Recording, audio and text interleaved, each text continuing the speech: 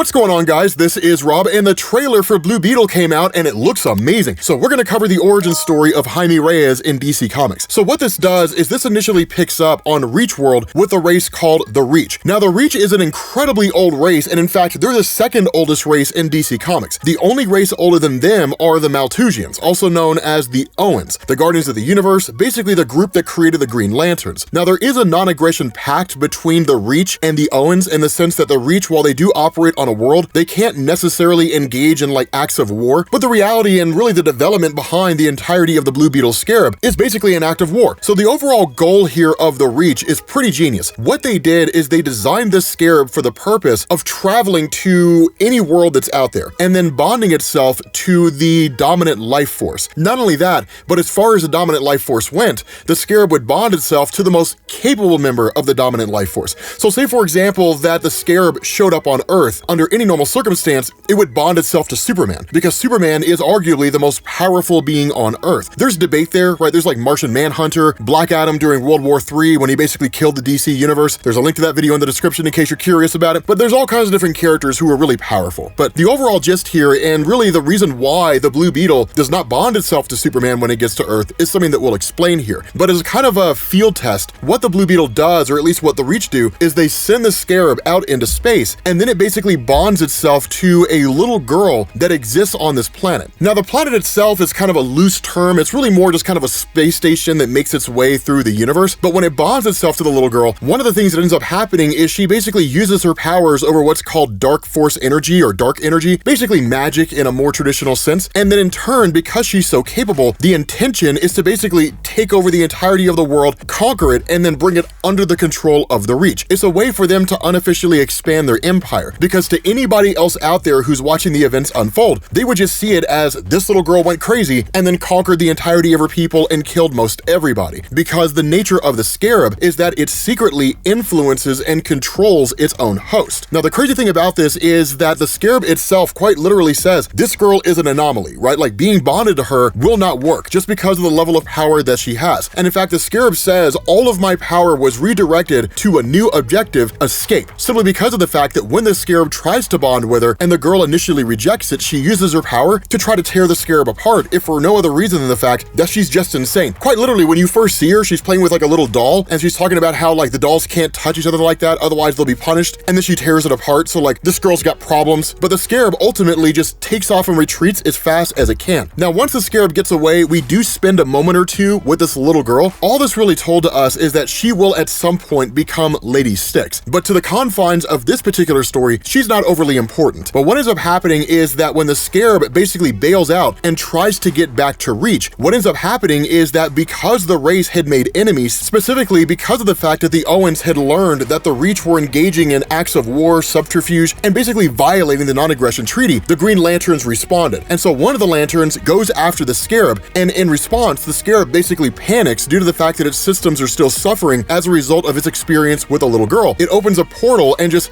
takes off. And that's when it basically arrives on Earth in the Yucatan Peninsula in the very early days of humanity. And so once it crash lands here, literally just down in South America, that there is a tribe that does discover it. And when that happens, the leader of the tribe ends up bonding with the Scarab, and when it does, he becomes the first Blue Beetle on Earth. Now, one of the big differences here is that where the Scarab was initially created for the purpose of taking over the host, controlling the host, and then destroying the world and making the world ready for the Reach to invade, because of his experience with a little girl, because of the conflict with the Green Lantern, the Scarab was basically damaged. And so what it does is it imbues its host with powers, but it can't control the host. And so it's just kind of left to the host to decide how those powers get used. Now, what we end up learning is that this group that is now in possession of the Blue Beetle Scarab, these are the Mayans. And the Mayans themselves have been chased off their own land by the Nahua people. I'm pretty sure that's how it's pronounced. I apologize if I've totally butchered it. But with the Blue Beetle in their possession, the Mayans end up taking their own land back. And this is really interesting the way that it's said, right? It's stated, in a matter of weeks, the Nahua were chased far from Maya lands. The survivors took refuge in a marsh where Mexico City stands today. If Sky Witness, which is the name given to the guy who has a Blue Beetle Scarab, if Sky Witness had not spared them, the Nahua would never have established the Aztec Empire. But even when they regained their might, the Aztecs remembered their old foe, and Sky Witness lived on. Now, we're also told Sky Witness ruled over the Maya for over 100 prosperous Earth years, but in time, my med systems could no longer prolong his life. Again, this monologue coming from the Blue Beetle Scarab itself. And so in response to this, the Sky Witness ends up going to his son, and where initially his son believed that the Scarab would be passed down from one generation to the next,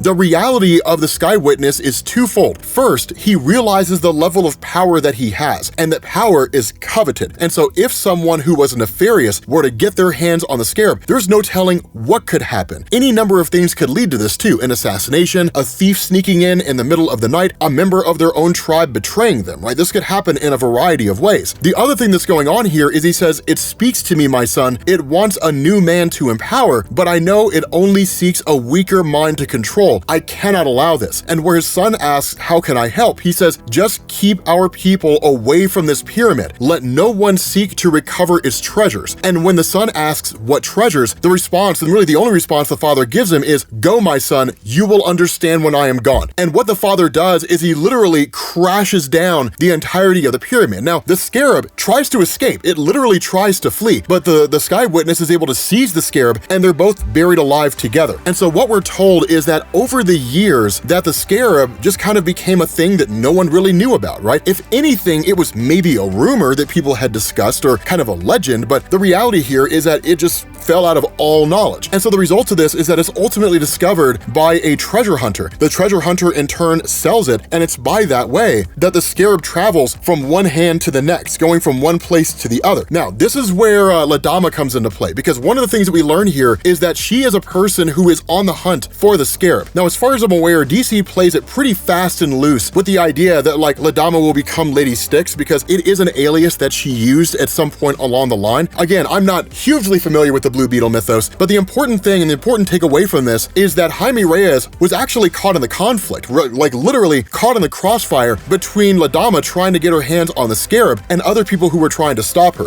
The result of this is that it ends up bonding itself to Jaime Reyes, and that's how Jaime Reyes ended up becoming the Blue Beetle. But with that being said, guys, we're gonna bring this video to an end. Hopefully this origin story gets you caught up on the character. Let me know if you want to learn more about him, and I will catch you all later.